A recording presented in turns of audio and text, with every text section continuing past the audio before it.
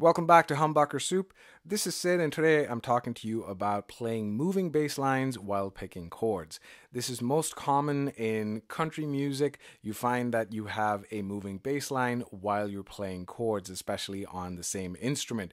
This is also very useful if you're playing in a duo or if you're just playing a solo gig. It creates a lot more groove, a lot more movement in the bass. So let me show you what I'm talking about over here.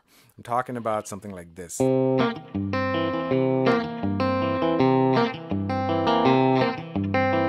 So very simply put, I've got a C7 chord over here, and I'm moving one note from the C to the G. Now the G is the 5 in C major. So C is the 1, C, D, E, F, G is the 5. So I'm moving the bass note from the 1 to the 5. Now this is a very common practice in folk and in country.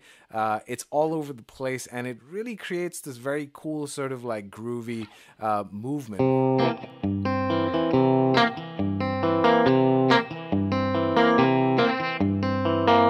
The rest of the chord stays static. The only note that's moving is the bass note from the 1 to the 5. So one of the best ways that you can incorporate this into your playing is to start thinking about chords that allow you to move one finger from the 1 to the 5. So that would be this shape. The shape of the chord is something that's important. So similarly, when you want to move that to the 4 chord, which is an F7, you'd pick a shape that allows you to move one finger from the 1 to the 5. So in this case, my middle finger is going to be going from F to C, just like that. So F to C.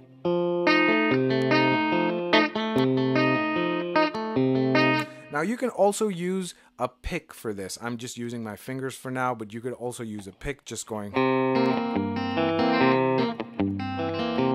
It's a different kind of sound, it's a different kind of taste, so if that's for you, go ahead and do that. Now you can move this all around. You could take that F and move it 2 frets over, and then that'll become a G7. Move it back to the F, and back to the 1 again.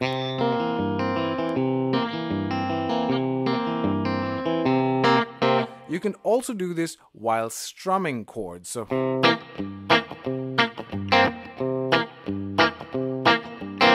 the objective over here is to keep that 1-5 steady. So 1-5, 1-5, 1-5, 1-5. And then once you get comfortable with that, you can start throwing in other notes. So 1.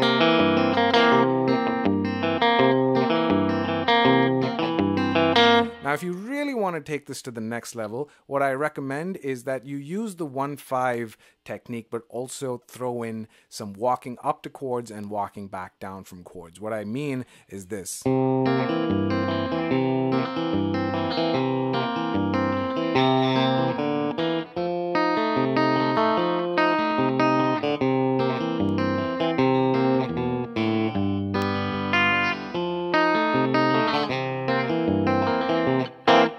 So I was walking up to the 4 chord over there by just going back to the C, down to the G.